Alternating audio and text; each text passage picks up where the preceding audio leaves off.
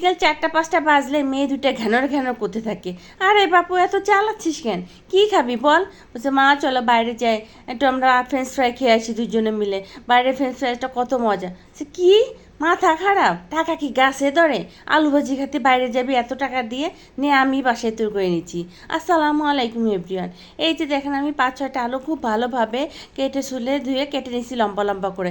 এখন এটাকে ভালো মতো গামলা গামলা পানিতে ধুয়ে নিব, যাতে ভিতরে কোনো কষ না থাকে। এটাকে তোমরা এখন ভাপ দিয়ে নিতে পারো গরম পানিতে। আমি আর ভাপ করতে যাই না, একটা শুকনা কাপড় দিয়ে বা টিস্যুতে ভালো করে মুছে নিছি। আর ভাপ দিলেও তোমার যেরকম ফ্রেঞ্চ ফ্রাই হবে, আর এইভাবে করলেও একই ফ্রেঞ্চ ফ্রাই। মোট কথা যে লাউ সেই কদুই হবে। তা কী করতে এত কষ্ট করতে যাব? যেটা সোজা সেটাই করলাম। এখন এর মধ্যে আমি একটু দিয়ে দেবো একটু স্পুনটা লবণ, একটু স্পুনটা মরিচের গুঁড়া। আমার পোলাপান তো আবার মরিচ খেতে পারে না। আর এখানে আমি দিয়ে দেবো অরিগানো। অরিগানো দিলে টেস্টটা কিন্তু খুব ভালো আসে। আর দিয়ে দিবে হচ্ছে কালো গোলমরিচের গুঁড়া। দিয়ে এখন এর মধ্যে তোমরা ময়দা দাও, কর্নফ্লাওয়ার দাও, আটা দাও, যেটা হচ্ছে সেটা দাও। যেটা সস্তা ঘরের মধ্যে আছে সেই আটাই আমি দিয়ে দিলাম। কী সেজন্য বাপু আবার ময়দা দিতে যাব? এই আটা দিয়ে আমি আবার মশমশা করে তৈরি করে নিব। এখন এটাকে খুব ভালো করে ঝাঁকায় ঝাঁকায় মিশিয়ে নিব, যাতে উপরে সুন্দর একটা আটার প্রলেপ পড়ে যায়। যাতে এটা মানে এটা দিলে কি হয়, ক্রিপসি হয়, মানে খাইতে খুব খাবার যখন একটা কামড় দিবা মস মস করে উঠবে। এখন একটা প্যানের মধ্যে এক গাছি তেল দিয়ে একেবারে হাই হিটে গরম করে নিতে হবে।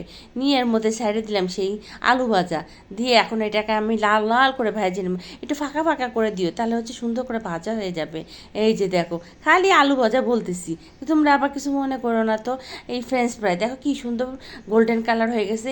এই অবস্থা এখন আমি নামাই নেব। একটা আর একটার সাথে এমন সুন্দর হয়েছে, মানে একদম মস মস মস মস করতেছে। গরম গরম খাবার, আর এটা অনেকক্ষণ পর্যন্ত কিন্তু ক্রিপসি থাকবে। বাইরে গেলে দেখবা ওদের এগুলো আলু ভাজিগুলো নেতায় থাকে, আর ঘরে করলে সেটা হচ্ছে কত সুন্দর কিসমিস মস মস করতে থাকে। এখন এর মধ্যে দিয়ে দেবো খাবলা খানিক সস। তোমরা মেয়নিজও দিতে পারো। তা আমার বাসায় মেয়নিজ নেই, আমি মেয়নিজ বানাই দেখাবো তোমাদেরকে। কাল পরশু একদিন মেয়নিজ বানাই দেখাবো। মেয়নিজ শেষ হয়ে গেছে। এই দিয়ে টমেটো দিয়ে এখন 2 পোলা পানির সামনে সাইডে দেবো, দিয়ে খা। বাইরে যাবে আলু ভাজা খাইতে, ঘরে বসে খা আলু ভাজা। বাইরে হচ্ছে ঝুমঝুম বৃষ্টি, ঘরে বানাই দিলাম এই আলু ভাজা। খাইতে যে কি মজা, ঝাল ঝালও হয়েছে, আর টমেটো সসের সাথে তো সেই স্বাদ। এই যে ঘষা দিচ্ছি, তোমাদেরকে তো সাউন্ড শোনাতে পারলাম না, কীরকম মস্ত শব্দ হচ্ছিল। এই যে এটা তোমরা ঘরের মধ্যে যে কোনো সময় বাচ্চাদের তৈরি করে দিতে পারো। আলু থাকলেই হয়েছে, বাচ্চারা যখনই বলবে আলু ভাজা ফ্রেঞ্চ ফ্রাই খাবে, তখনই ঘরের মধ্যে চটপট তৈরি করে দিবা। পোলা পানেরা তর্স হইল না, নিয়ে খাটের পরে চলে গেলো। টিভি একখান সাইডে 2 বোনে বসে ব্যাস শুরু করে দিল। আর বলতেছে মা এইটাই তো বেশি মজা, বাইরে যারা আর দরকার নাই, তুমি সব কিছু তৈরি করে দিবা। আসসালামু আলাইকুম, ভালো থাকবেন সবাই।